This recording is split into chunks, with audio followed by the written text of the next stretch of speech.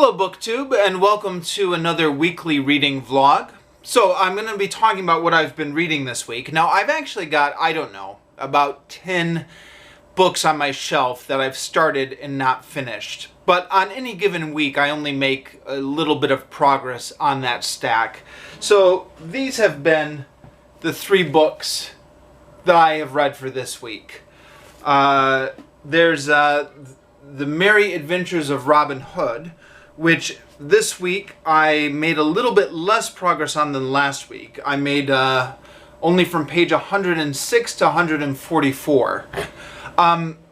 That's a decent page count, but this is a children's book with large print and very easy to read pages, so it's actually not that decent. But I got distracted by other books, which I'll talk about in a minute. This, again, as I mentioned last week, is a retelling of the Robin Hood legend, and according to Wikipedia, this was one of the first, if not the first, books to actually put all the old ballads into one coherent narrative. The chapters I've read were The Adventures with Midge the Miller.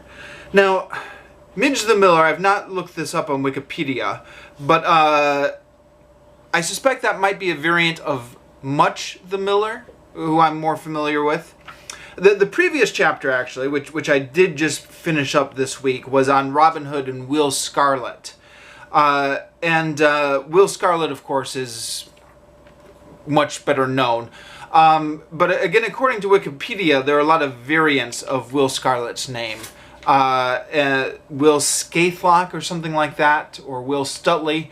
And those characters as well are included in here. So it looks like the author, Howard Pyle, just took different variants of the same character if they were under slightly different spellings or different names in the ballads, and incorporated them as different characters. And then there's the introduction of Alan Adale, the famous minstrel who was with Robin Hood. And he starts off, they meet him, and he's a youth crying by the stream, and Robin Hood and his men think this is a little unmasculine for a young man to be crying by the stream, but then they decide to help him out anyways. It turns out he's heartbroken because his true love is marrying somebody else, because her father is making her. And then they decide to go and help him, and then that's as far as I got for this week. The other one, continuing the Chronicles of Amber series, I'm on book 4 out of 5 in this volume, which is The Hand of Oberon, and I read from, in this volume, page 40 to page 80 this week. I have this as my evening reading, so I'll read it a few pages over dinner. And I have hit a juicy spot in this series, meaning that 40 pages I read over this week had so many revelations and so many plot developments. I found it really interesting reading this week.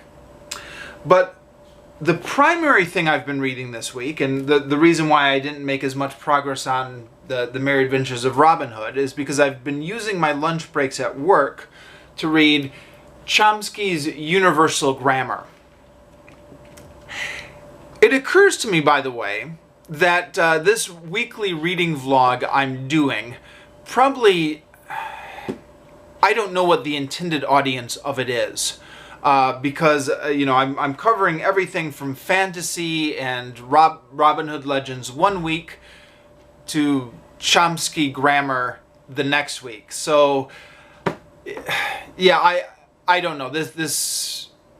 The more I think about it, the more I'm thinking maybe I haven't thought through doing a weekly reading vlog, or at least I don't know who the audience of this would be. Somebody willing to stick through fantasy one week and grammar books the next week. But I've been reading this for professional development. Since I work as an English teacher, I wanted to get more of a background in grammar theory. I actually have read this book once through already. I finished it in December, and then was planning to reread parts of it where while I collected my thoughts for a review of it. But then, after rereading the first 65 pages of it, I finished Don Quixote, and then I was going back and rereading Don Quixote, and then this just got shelved for a couple months. So I picked this up again last week, and I decided actually that I was going to go all the way back to the beginning for a third time. So starting all the way back at the beginning now for the third time, and then this week I read from page 1 to page 78. So almost the first 80 pages of it. And there is a lot to talk about, and this reading vlog is one of the primary reasons for starting it, was to talk about some of the books where there is too much to talk about for any one review. And so I think I'm just going to use the rest of this time just to get into this and talk about this. So if you're not familiar, Chomsky is a famous linguist. He first made his big hit on the scene with his review of Skinner's Grammar in, I think that was 1957.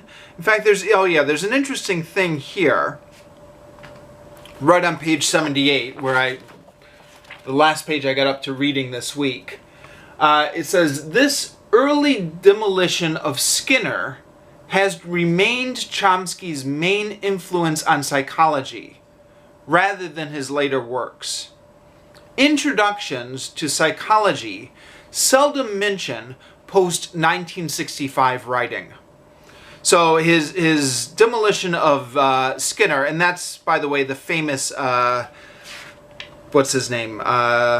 B.F. Skinner, the famous psychological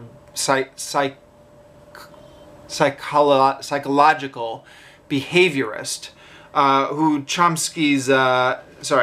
Skinner put forward his arguments in 1957 in a book called Verbal Behavior. And then Chomsky reviewed verbal behavior, or critiqued verbal behavior, in 1959. So I guess that's what most people know Chomsky's linguistic work for. But there's been a lot of stuff published since then, which has gotten more sophisticated and more complicated. This book, although it's called Chomsky's Universal Grammar, an Introduction, I found it incredibly technical to work through, and in fact, the last few chapters I largely gave up on. I mean, I read them, but I didn't understand them, and I gave up trying to understand them after a certain point. But the first few chapters I could understand. In fact, the very first chapter was deceptively easy to understand. I read the first chapter and I thought, oh, well, this book is no problem. This is easy to understand. And then the second chapter would get a little bit more difficult, and then by the time I got to the fourth chapter, it was like, ugh. But for this week, I read chapters 1 and 2 in the beginning of chapter 3. So chapter 1 is the nature of universal grammar. Chapter 2 is concepts of principles and parameters theory. And chapter 3 is general concepts of language acquisition, which I started rereading again this week. So let's talk about chapter 1, the nature of universal grammar. So Chomsky's theory is that even though there are, I don't know, hundreds of languages on planet Earth, they all share certain universals. And the first universal that they talk about here is structure dependency. And they illustrate this by talking about the passives and by talking about questions. So the first thing, actually, let me back up a little bit. The very first thing they set up is talking about phrase structure. So they give the example of the child drew an elephant, which they divide into two phrases. there's the noun phrase, the child, and then the verb phrase, drew an elephant. So every sentence divides into a subject and then a verb. And drew an elephant is what the child did, so that whole thing is the verb phrase. But of course you can further divide the verb phrase into a verb for verb, drew, and then a noun phrase, an elephant. So that's the different categories that language can be divided into. And that the child, that whole thing, is categorized as a noun phrase, even though child is the only noun in there. The is a determiner, but the whole thing, the child, gets classified as a noun phrase. Now, having established then maybe what the basic phrases of English are, they go on to talk about how passives and questions are formed. And they give the example here of the manager fired Barnes, which is related to Barnes was fired by the manager. And they give the example that to make a passive, we've got to take Barnes from the object, we've got to take Barnes from the back of the sentence and move it up to the front of the sentence. So the manager fired Barnes becomes Barnes was fired by the manager. But then they go into the question of what are we actually moving? So they said it could be that we're moving the fourth word of the sentence. So the manager fired Barnes. Barnes is the fourth word, so that gets moved up to the front of the sentence to create a passive. But of course, that's not true, because you could say, on Tuesday, the manager fired Barnes.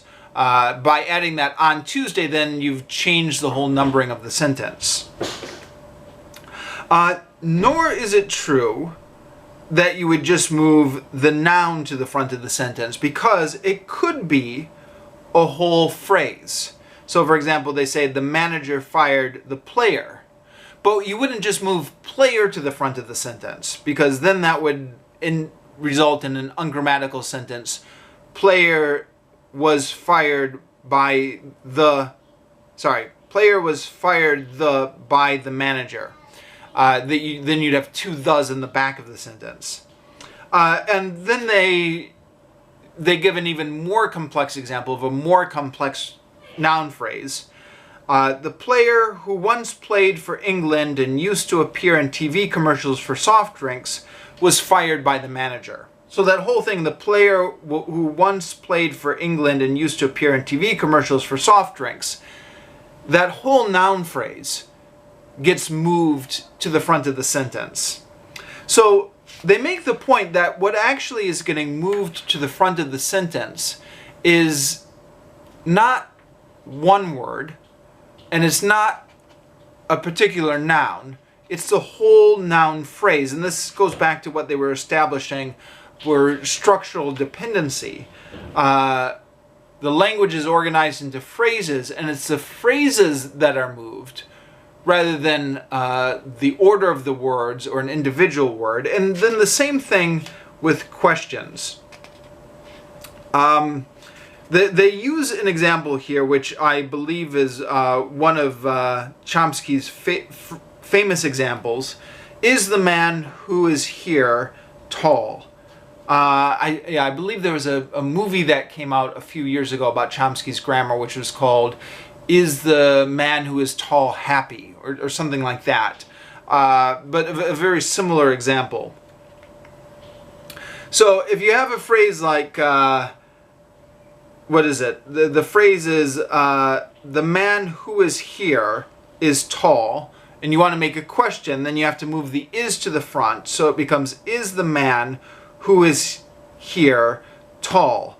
But they make the point that the child realizes, or I said child here because typically it involves using the knowledge a child has of English grammar. Although in this case, actually, it doesn't say child. But they make the point that you've got two ises in the sentence. The man who is here is tall.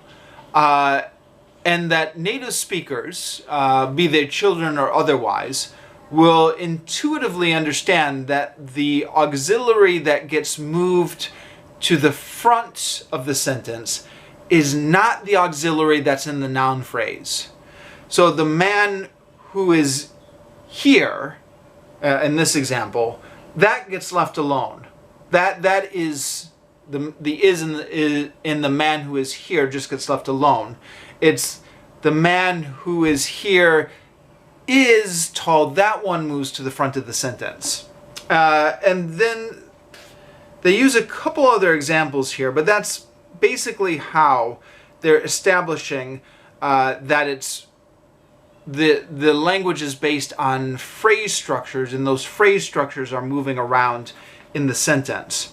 And then they go on to show that this structural dependency is not only true in English, but in several other languages.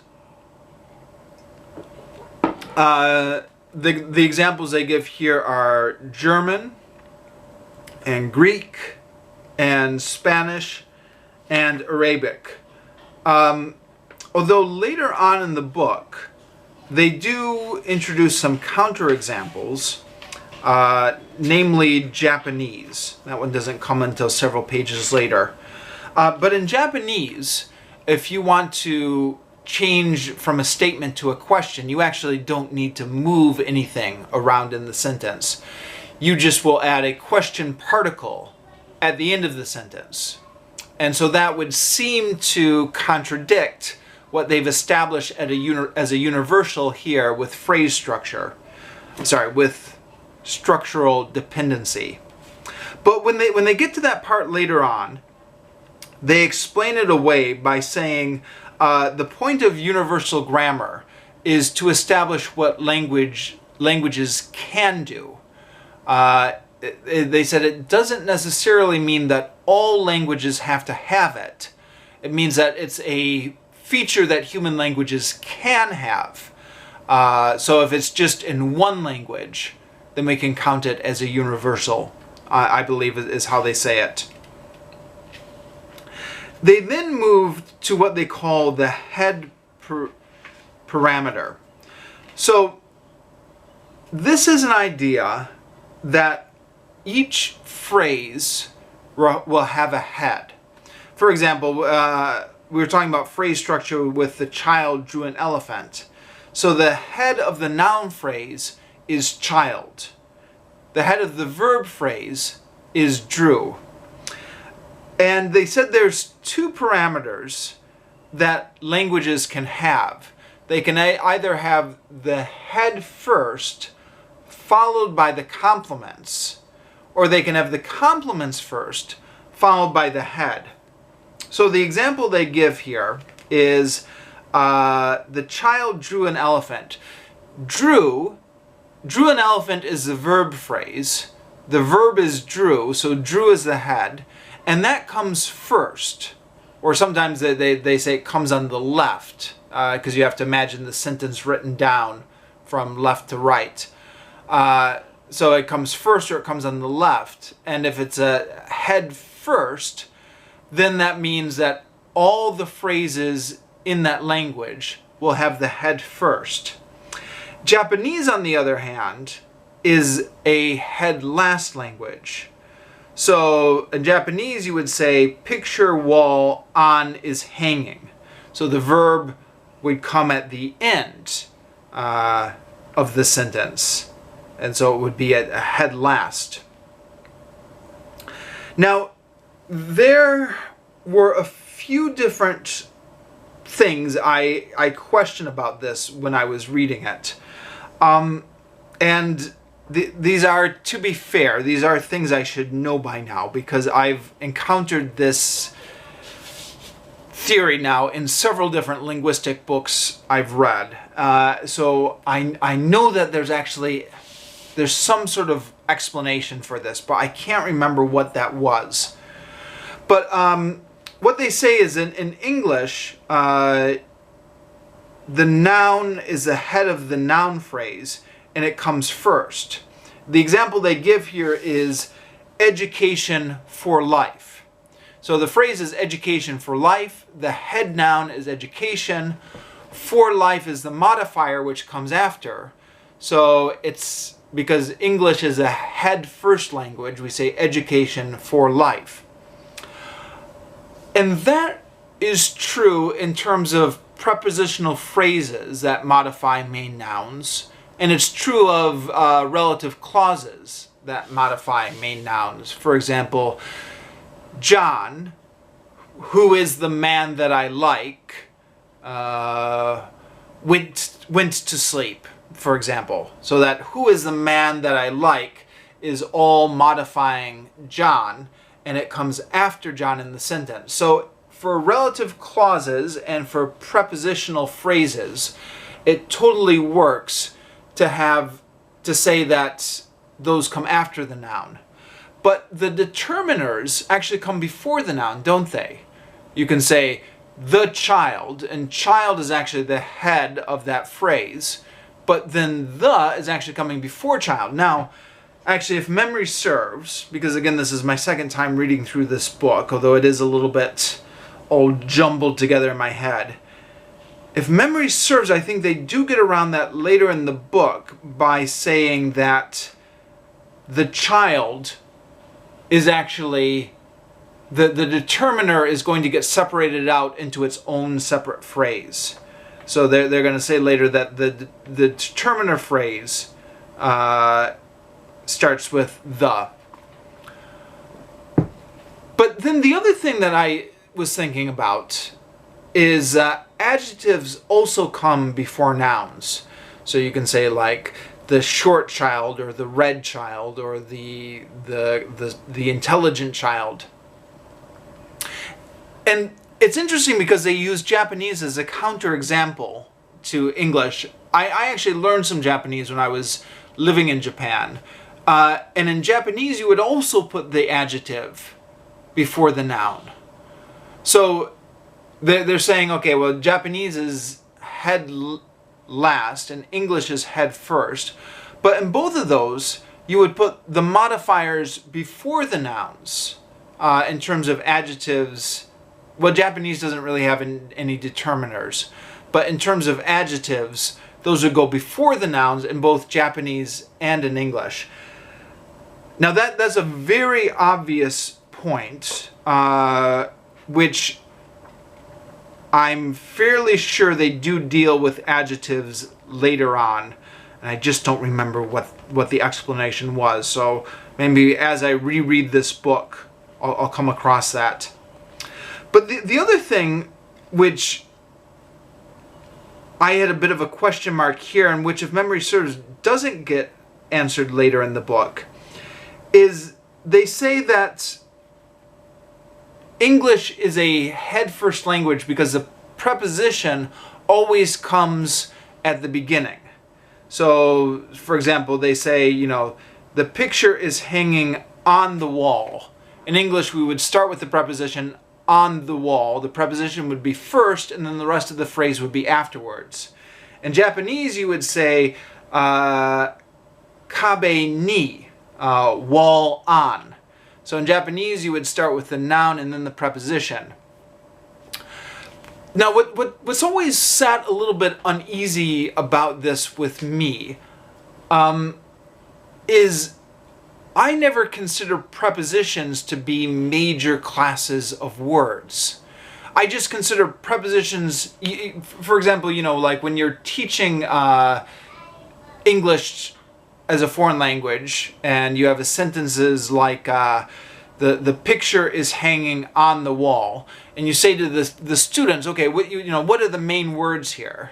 You'd say picture, hanging, wall, and then the picture is hanging on the wall. That on the we would usually classify that as like saying, oh, those are just function words. Those aren't like the main words of the sentences. And I think, right, a preposition by definition is something that just shows the relationship between two nouns. or at least that's how it's usually taught. So I'm not sure why preposition gets like a privileged status of being the head of its own phrase. This is something I've never really understood. Or for example, Barnes was fired by the manager. I would say like manager is the main part of that phrase, and by is just like the function word. But in the Chomskyan grammar, you've got to think of the prepositions as being the heads of the phrase. And in fact, they only recognize a few select words as being phrases. So you've got like noun phrases, verb phrases, adverb phrases, and preposition phrases, or something like that. So that was just another little question mark I had where I read this. I don't think anywhere in the book it explains why prepositions get privileged over the nouns that they're with in terms of being the head of the phrase. Then they talk about the projection principle next. And the projection principle is that the actual words in the sentence will determine the grammar of the sentence. Now, this is something I encounter a lot in my job as an English teacher. I'll give you some very common examples. In Vietnam, where I teach, Vietnamese students of English will very commonly say, "Yes, I like." I constantly have to say to them, in English, you can't say "I like." You need an object at the end of like. You have to say, "I like it." And there's really no reason in terms of meaning. If they say, "Oh yes, I like," the meaning is perfectly clear, but it's just that the word needs an object at the end of it, or to the ears of a native speaker or to the ears of a proficient speaker, the sentence just sounds wrong. It just sounds wrong without an object at the end of it. So I'm constantly having to tell my Vietnamese students, if you use the word like, it has to have an object. On the other hand, there are some words which can't have an object. And this actually came up just in today's lesson. We were practicing making sentences with Tom and Jerry cartoons.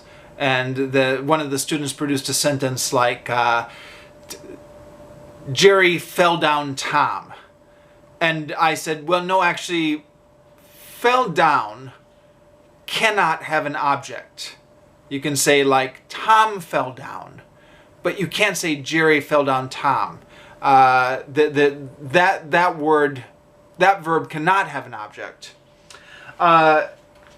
And it's funny because when you teach from the textbooks will spend a lot of time talking about the verb tenses. Like, this is the present tense, this is the past tense, this is the present perfect, this is the present perfect continuous, present perfect continuous, this is the past perfect passive, all these different tenses.